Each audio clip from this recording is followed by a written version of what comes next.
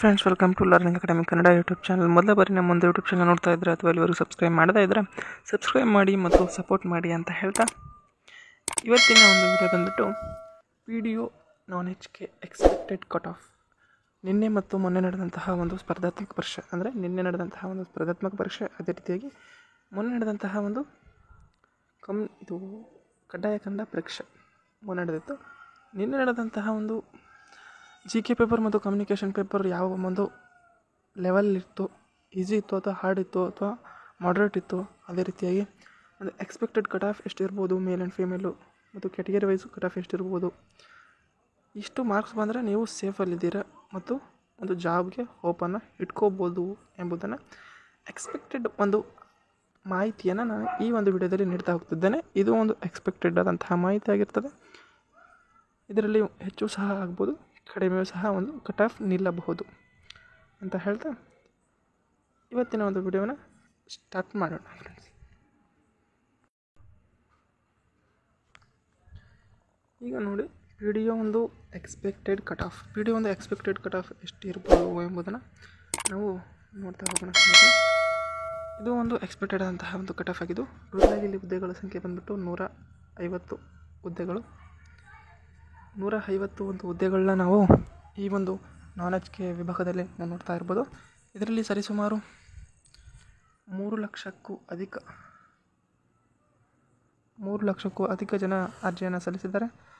ಪರೀಕ್ಷೆಗೆ ಸಹ ಒಂದು 2.5 lakhs ಪ್ಲಸ್ ಮೆಂಬರ್ಸು ಎಕ್ಸಾಮನ್ನು ಸಹ ಬರೆದಿರ್ತಾರೆ. ಆ ಒಂದು ನಿಟ್ಟಿನಲ್ಲಿ ಮತ್ತು ಈ ಒಂದು ಪ್ರಶ್ನೆ ಪತ್ರಿಕೆಯ ಒಂದು ಲೆವೆಲ್ ಯಾವ ರೀತಿ ಇತ್ತು ಎಂಬುದರ ನಿರ್ಧಾರದ ಮೇಲೆ ಎಕ್ಸ್ಪೆಕ್ಟೆಡ್ ಕಟ್ ಆಫನ್ನು ಈಗ ನಾನು ಹೇಳ್ತಾ ಹೋಗ್ತೇನೆ ಸ್ನೇಹಿತರೆ. ಈ ಒಂದು ಎಕ್ಸ್ಪೆಕ್ಟೆಡ್ ಕಟ್ ಆಫ್ ಬಂದುಬಿಟ್ಟು ಮೇಲು ಇವರು 140 ಪ್ಲಸ್ ಇತ್ತು ಅಂತಂದರೆ ನೀವು ಒಂದು ಓಪನ್ನ ಇಟ್ಕೋ. ಅದೇ ರೀತಿಯಾಗಿ ಫೀಮೇಲ್ ಅವರು ನೀವು 130 ಪ್ಲಸ್ ಇತ್ತು ಅಂದರೆ ನೀವು ಸಹ ಒಂದು ಓಪನ್ನ ಇಟ್ಕೋಬೋದು. 140 ಪ್ಲಸ್ ಮೇಲು, 130 ಪ್ಲಸ್ ಫೀಮೇಲು ಕಟ್ ಆಫು ನಿಲ್ಲಬಹುದು. ಇದು ಒಂದು ಆಲ್ ಕ್ಯಾಟಗರಿ, GM ಅಲ್ಲಿ ಅಂದ್ಕೊಳ್ಳಿ ಅಥವಾ ನಿಮ್ಮ ಯಾವ ಒಂದು ಕ್ಯಾಟಗರಿ ಇರುತ್ತೋ ಆ ಒಂದು ಕ್ಯಾಟಗರಿಗೆ ಅಂದ್ಕೊಳ್ಳಿ. ಈಗ ನಾನು ಹೇಳಿರೋದು 130 ಪ್ಲಸ್ಸು, 140 ಪ್ಲಸ್ಸು, ಇದು ಸೇಫ್ ಸ್ಕೋರ್. ಓಕೆ, ಇನ್ನೊಂದು ನೀವು ನೆನಪಿಸ್ಕೊಳ್ಬೇಕು, ಇದು ಒಂದು ಎಕ್ಸ್ಪೆಕ್ಟೆಡ್ ಆದಂತಹ ಮಾಹಿತಿ ಮಾತ್ರ ಆಗಿರ್ತದೆ, ಅಫಿಷಿಯಲ್ ಅಲ್ಲ. ಇದಕ್ಕಿಂತ ಕಡಿಮೆಯೂ ಹೋಗ್ಬೋದು, ಇದಕ್ಕಿಂತ ಹೆಚ್ಚು ಹೋಗ್ಬೋದು. ನಾವು ಹೇಳಿರುವಂತಹ ಮಾಹಿತಿ ಬಂದುಬಿಟ್ಟು ಕ್ವಶನ್ ಪೇಪರ್ನ ಒಂದು ಲೆವೆಲ್ ಯಾವ ರೀತಿ ಇತ್ತು ಅದರ ಮೇಲೆ. ಕ್ವಶನ್ ಪೇಪರ್ ಲೆವೆಲು ನೀವೆಲ್ಲರೂ ಎಕ್ಸಾಮ್ ಬರೆದಿದ್ರೆ ಗೊತ್ತಾಗಿರುತ್ತೆ. ಅದು ಒಂದು ಮಾಡ್ರೇಟ್ ಮತ್ತು ಈಸಿ ಲೆವೆಲ್ ಇರುವಂತಹ ಒಂದು ಪ್ರಶ್ನೆ ಪತ್ರಿಕೆ ಆಗಿತ್ತು. ಅದೇ ರೀತಿಯಾಗಿ ಕೆಲವು ನಾವು ಒಂದು ವೋಟಿಂಗ್ಸ್ ಆಧಾರದ ಮೇಲೂ ಸಹ ಇದರಲ್ಲಿ ಕನ್ಸಿಡರ್ ಮಾಡಿ ಮತ್ತು ಪ್ರಶ್ನೆ ಪತ್ರಿಕೆ ಲೆವೆಲ್ ಮೇಲೆ ಕನ್ಸಿಡರ್ ಮಾಡಿ, ಎಲ್ಲ ಒಂದು ಕನ್ಸಿಡರ್ ಮಾಡಿ ಇದನ್ನು ನಾವು ನಿಮಗೆ ಕಟ್ ಆಫ್ ಮೂಲಕ ಹೇಳ್ತಾ ಹೋಗ್ತಾ ಇದ್ದೇನೆ ಸ್ನೇಹಿತರೆ. ನೆಕ್ಸ್ಟು, ನೀವು ಏನಾದರೂ ಬೇರೆ ಕ್ಯಾಟಗರಿ ಇದ್ದರು, ಕ್ಯಾಟಗರಿ 1 SC ST ಯಾವುದೇ ಕ್ಯಾಟಗರಿ ಇರ್ಬೋದು, ನೀವು 130, ಈಗ ನಾನು 130 ಅಂತೇಳಿ ಇದು ಹೇಳ್ತೆ, ಯಾವುದು ಸೇಫ್ ಸ್ಕೋರ್ ಫೀಮೇಲ್ಗೆ. ಇವರೆಲ್ಲ ಉಳಿದವರು ನಿಮ್ಮ ಕ್ಯಾಟಗರಿ ತಕ್ಕಂಥ ಕಡಿಮೆ ಮಾಡ್ತಾ ಹೋಗ್ಬೋದು. SC ST ಇದ್ದರೆ ಅಂತಂದರೆ ನೀವು 120, ಕೆಲವೊಂದು 100ಕ್ಕಿಂತ ಕೆಲವೊಂದು 90ರಷ್ಟು ಸಹ ಕಟ್ ಆಫ್ ನಿಲ್ಲಬಹುದು SC ST ಒಂದು ಕ್ಯಾಟಗರಿಯಲ್ಲಿ. ಉಳಿದಂತೆ ಬೇರೆ ಕ್ಯಾಟಗರಿಯಲ್ಲಿ ನಿಲ್ಲುವಂಥ ಸಾಧ್ಯತೆ ಇಲ್ಲ. ನೀವು ಮೊನ್ನೆ ಒಂದು PSI ಒಂದು ಹುದ್ದೆಯಲ್ಲಿ ನೋಡ್ತಾ ಇರ್ಬೋದು, ಒಂದು ಫೈನಲ್ ಮೆರಿಟ್ ಲಿಸ್ಟಲ್ಲಿ 34 ಪ್ಲಸ್ ಬಂದಿರುವಂಥವ್ರು ಸಹ ಹಾಕಿದ್ದಾರೆ, ಅಂದರೆ ಒಬ್ಬ ಮಹಿಳೆ. ಆ ಕಾರಣಕ್ಕಾಗಿ ಒಂದು ಲಕ್ ಅಂತ ಅನ್ನೋದಕ್ಕಿಂತ ರಿಸರ್ವೇಷನ್ನು ಮತ್ತು ನೀವು ಹಾಕಿರುವಂತಹ ಒಂದು ಯಾವ ಒಂದು ಡಿಸ್ಟಿಕ್ ವೈಸ್ ಅಂತ ತೊಗೊಳ್ತಾರೋ ಅದರಲ್ಲಿ ನೀವೊಂದು ರಿಸರ್ವೇಷನ್ನು ಇತ್ತು ಮತ್ತು ನಿಮ್ಮ ಕ್ಯಾಟಗರಿ ರಿಸರ್ವೇಷನ್ ಆಗಿರ್ಬೋದು ಮತ್ತು 371 ಆಗಿರ್ಬೋದು. ಅದೇ ರೀತಿಯಾಗಿ ಕನ್ನಡ ಮಾಧ್ಯಮ, ಗ್ರಾಮೀಣ ಮಾಧ್ಯಮ, ಯೋಜನಾ ನಿರೀಕ್ಷಿತರು, ಇನ್ನು ಉಳಿದಂಥ ಯಾವುದೇ ಒಂದು ರಿಸರ್ವೇಷನ್ ಇತ್ತಂದರೆ ಆಗ್ಬೋದು.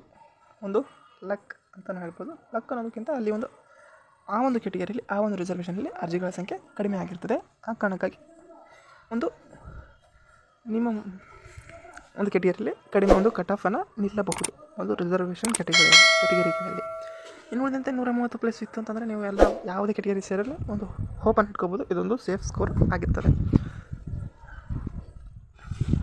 ಹಾಗಾಗಿ ಒಂದು category wise mail and female ನೀವು 140 ಪ್ಲಸ್ ಇತ್ತು ಅಂದರೆ ಮೇಲಿದ್ದರು ಅಂತಂದರೆ ನೀವು ಸಹ ಒಂದು ಓಪನ್ ಇಟ್ಕೋಬೋದು. ಆ ಒಂದು ಕೆಟಗರಿ ತಕ್ಕಂತೆ ಇದಕ್ಕಿಂತ ಹೆಚ್ಚು ಹೋಗ್ಬೋದು, ಇದಕ್ಕಿಂತ ಕಡಿಮೆನೂ ಹೋಗ್ಬೋದು. ಹೇಳ್ತಾ ಇದ್ದೀನಲ್ಲ ಸ್ನೇಹಿತರೆ, 90 ಸಹ ಹೋಗ್ಬೋದು, 150 160 ಸಹ ಹೋಗಬಹುದು ಅಷ್ಟೇ. ನಾ ಹೇಳಿರುವಂಥ ಸೇಫ್ ಸ್ಕೋರ್ ಬಂದ್ಬಿಟ್ಟು 140. ಓಕೆ, ಅಲ್ಲಿ ರಿಸರ್ವೇಷನ್ಗಳು ಮತ್ತು ಅರ್ಜಿಗಳ ಒಂದು ಸಂಖ್ಯೆ ಮತ್ತು ಎಕ್ಸಾಮ್ ಅಟೆಂಡ್ ಆದಂಥವರ ಒಂದು ಅಟೆಂಡ್ ಆದವರಂಥ ಒಂದು ಸಂಖ್ಯೆ, ಅದೇ ರೀತಿಯಾಗಿ ಅವರು ಯಾವ ಒಂದು ಮಟ್ಟದಲ್ಲಿ ಯಾವ ಒಂದು ಲೆವೆಲಲ್ಲಿ ಅವರು ಎಕ್ಸಾಮನ್ನು ಹಾಜರಾಗಿರ್ತಾರೆ ಅಂತಂದರೆ ಅವರು ಒಂದು ಉತ್ತಮವಾದಂತಹ ಒಂದು ಅಂಕಗಳನ್ನ ಗಳಿಸ್ತಾ ಇದ್ದರೆ ಈ ಒಂದು ಕಟ್-ಆಫನ್ನು ಒಂದು ಹೆಚ್ಚಿನ ಕಟ್-ಆಫನ್ನ ನೀಡ್ಬೋದು. ಯಾಕಪ್ಪ ಅಂತಂದರೆ ಜಾಸ್ತಿ ಜನ ಒಂದು ಒಳ್ಳೆಯ ಒಂದು ಅಂಕಗಳನ್ನ ಪಡೆದುಕೊಳ್ತಾ ಹೋದರೆ ಅಲ್ಲಿ ಒಂದು ಕಟ್-ಆಫ್ನ ಒಂದು ಮಟ್ಟ ಏರ್ತಾ ಹೋಗ್ತದೆ. ಆ ಒಂದು ಕಾರಣದಿಂದ ಈ ಒಂದು ಕಟ್-ಆಫು 130 ಪ್ಲಸ್ ಫೀಮೇಲು 140 ಪ್ಲಸ್ ಮೇಲ್ ಇತ್ತಂದರೆ ಓಪನ್ ಇಟ್ಕೋಬೋದು. ಇನ್ನು ಉಳಿದಂಥ ಕೆಟಗರಿಗಳು ಇದಕ್ಕಿಂತ ಕಡಿಮೆನೂ ಹೋಗ್ಬೋದು, ಇದಕ್ಕಿಂತ ಹೆಚ್ಚು ಹೋಗ್ಬೋದು. ಇನ್ನೊಂದು ಒಂದು ಕೀ ಆನ್ಸರ್ ಇನ್ನೂ ಬಿಡುಗಡೆ ಮಾಡಿಲ್ಲ. ಆಗಲೇ ಒಂದು ಕಟ್-ಆಫ್ ಅನಾಲಿಸಿಸ್ ಅಂತೇಳಿ ನೀವು ಯೋಚಿಸ್ತಾ ಇರ್ಬೋದು. ನೀವು ಈಗಾಗಲೇ ಒಂದು ಯೂಟ್ಯೂಬ್ಗಳಲ್ಲಿ ಕೆಲವೊಂದು ಯೂಟ್ಯೂಬ್ಗಳಲ್ಲಿ ನೀವು ನೋಡಿರ್ಬೋದು. ಒಂದು ಹೆಸರಾಂತಹ ಒಬ್ಬ ಯೂಟ್ಯೂಬರ್ಸ್ ಅಂತಂದರೆ ಯೂಟ್ಯೂಬ್ನಲ್ಲಿ ಆನ್ಲೈನ್ ಏನು ಮಾರ್ಗದರ್ಶನ ಮಾಡ್ತಿರುವಂಥವರು, ಅವರು ಸಹ ಇಲ್ಲಿ ಕೀ ಆನ್ಸರ್ನ ಬಿಡುಗಡೆ ಮಾಡಿರುವ ಕಾರಣ ಆ ಒಂದು ರೀತಿಯಲ್ಲೇ ಒಂದು ಫೈನಲಿ ನಿಮ್ಮ ಒಂದು KPSC ಕೀ ಆನ್ಸರ್ ಬರ್ತದೆ. ಒಂದು 2-3 ಮಾತ್ರ ಹೆಚ್ಚು ಕಡಿಮೆ ಆಗ್ಬೋದು ಅಷ್ಟೇ. ಆ ಒಂದು ಕೀ ಆನ್ಸರಲ್ಲಿ ನೀವು ಇಷ್ಟು ಅಂಕ ಪಡ್ತಾಯಿದ್ರೆ ಈ ಒಂದು ಹೋಪನ್ನು ಇಟ್ಕೋಬೋದು. ಕೀ ಆನ್ಸರ್ ಬಂದ್ಬಿಟ್ಟು ಸುಮಾರು ಅಂತಂದರೆ ಇನ್ನೊಂದು 3 ಡೇಸಲ್ಲಿ ಬರ್ಬೋದು. ಇದು ಇವತ್ತಿನ ವೀಡಿಯೋ ಆಗಿತ್ತು ಸ್ನೇಹಿತರೆ. ವೀಡಿಯೋ ಇಷ್ಟ ಆದರೆ ಲೈಕ್ ಮಾಡಿ, ಶೇರ್ ಮಾಡಿ ಮತ್ತು ತಪ್ಪದೇ ಸಬ್ಸ್ಕ್ರೈಬ್ ಮಾಡಿ ಅಂತ ಹೇಳ್ತಾ ವಿಡಿಯೋ ವೀಕ್ಷಿಸೋದಕ್ಕಾಗಿ ಧನ್ಯವಾದ.